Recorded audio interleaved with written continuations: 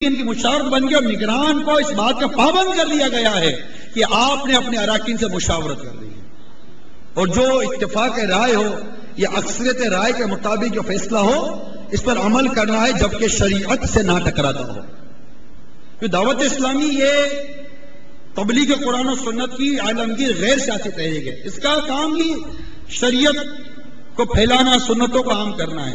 تو جو اسلامی بھائی مشاورت نہیں کرتے وہ بہت بڑی غلطی کرتے ہیں، بھول کھاتے ہیں. میرے آقا صلی اللہ تعالی وسلم کے کئی ایسے معاملات کتابوں میں پڑھے جاتے ہیں جس سے میرے آقا صلی اللہ تعالی وسلم باوجود اس کے کہ روایت اپنی جگہ پر موجود ہے کہ پیارے آقا صلی اللہ تعالی وسلم کو مشورے کی حاجت نہیں ہے، کہ میرے آقا صلی اللہ تعالی وسلم کا مقام تو وہ ہے کہ اللہ فرماتا ہے یہ اپنی طرف سے تو کچھ کہتے نہیں، یہ تو وہی کچھ کہتے ہیں جو ان پر وحی کی جاتی ہے.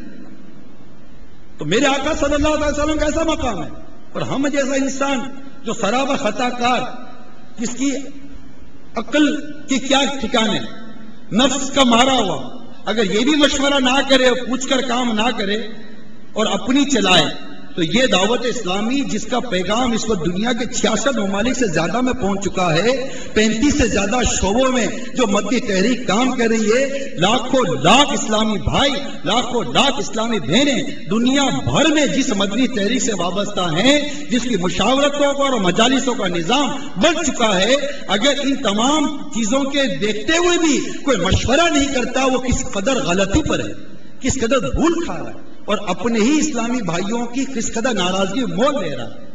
اس سلسلے میں مدنی مشورے کے آداب اور مدنی مشورہ کیسے کرنا چاہیے اس کی معلومات حاصل کرنے کے لیے مکتبۃ المدینہ کا مطبوعہ رسالہ مدنی کاموں کی تقسیم، اس میں مدنی مشورے کا انداز اور مدنی مشورہ کرنے کے مدنی پھول اس میں لکھے ہوئے، تو اسے ہر ذمہ دار پڑھ لے.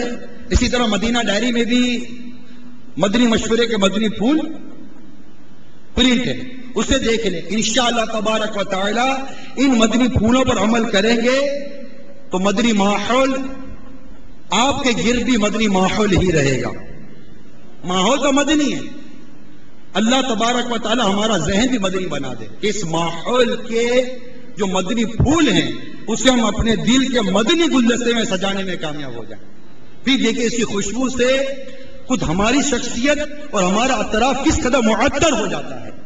اور امیر سنت کے بتائے ہوئے طریقہ کار کے مطابق جب ہم دعوت اسلامی کے مدنی کاموں کو کریں گے، مدنی مرکز کے طریقہ کار کے مطابق اپنے مدنی کاموں کو کریں گے، آپ خود دیکھیں گے انشاءاللہ عز و جل آپ کے علاقے میں، آپ کی مسجد میں نمازیوں کی تعداد بڑھے گی، سنتوں پر عمل کرنے والوں کی تعداد بڑھے گی، عمامے والوں کی تعداد بڑھے گی، داڑھی والوں کی تعداد بڑھے گی، اور الحمدللہ ہر سو ہر جگہ آپ کو سنتوں کی بہاریں نظر آئیں گی.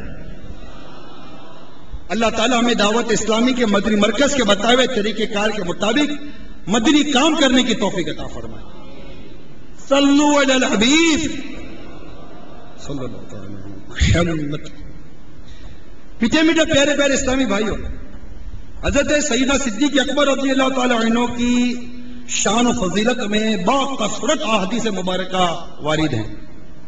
چنانچہ عاشق اکبر کہ 8 حروف کی نسبت سے 8 روایات ملاحظہ کیجیے. نمبر 1، حضرت سیدنا ابو ہریرہ رضی اللہ تعالی عنہ بیان کرتے ہیں کہ رسول اکرم صلی اللہ تعالی علیہ وسلم نے فرمایا میرے پاس ابھی حضرت جبرائیل امین علیہ السلام آئے، انہوں نے میرا ہاتھ پکڑ کر مجھے جنت کا وہ دروازہ دکھایا جس سے میری امت داخل ہوگی.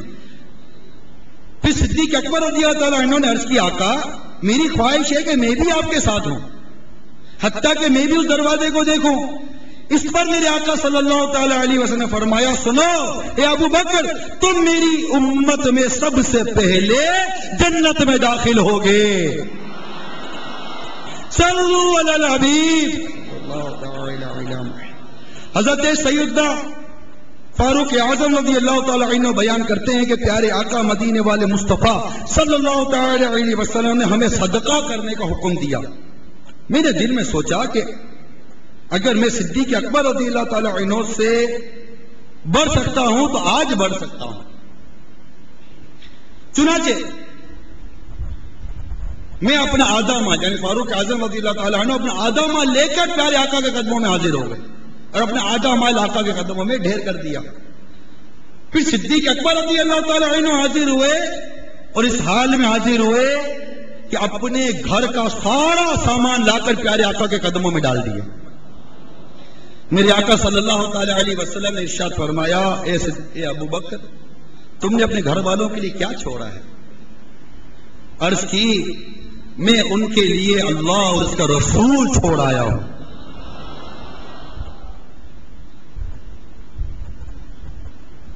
فاروق اعظم رضی اللہ تعالیٰ عنہ فرماتے ہیں اس وقت میں نے دل میں کہا میں صدیق اکبر رضی اللہ تعالیٰ عنہ سے کبھی بھی نہیں بڑھ سکتا.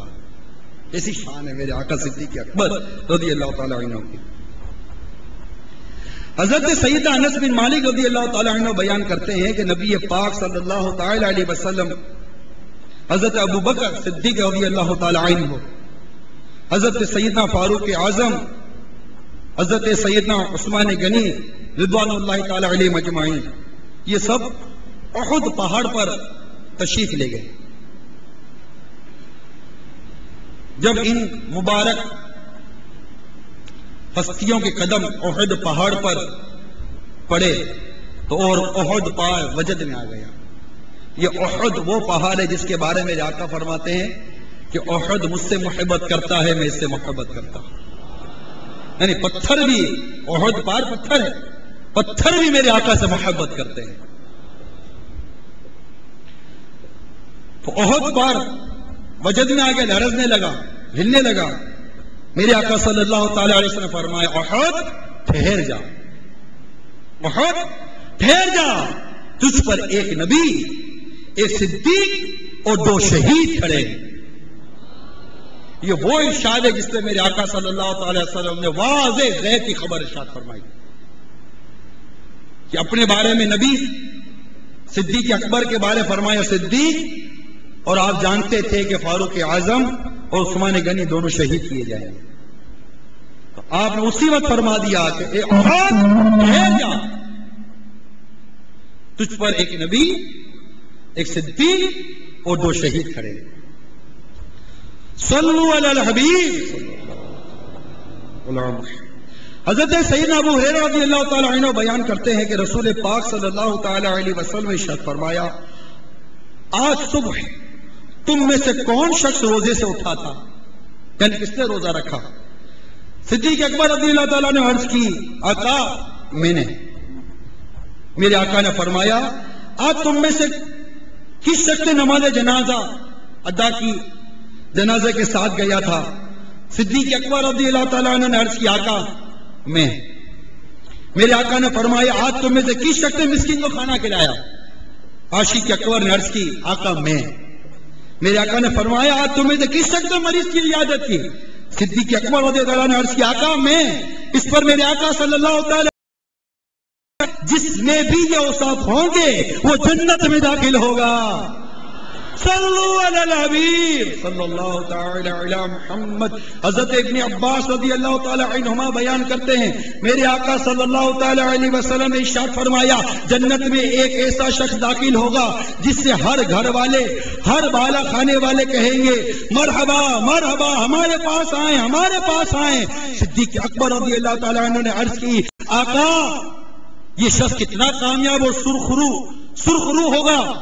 میرے آقا صلی اللہ تعالی وسلم نے فرمایا کیوں نہیں اے ابو بکر وہ تم ہی تو ہوگے. صلو علی الحبیب.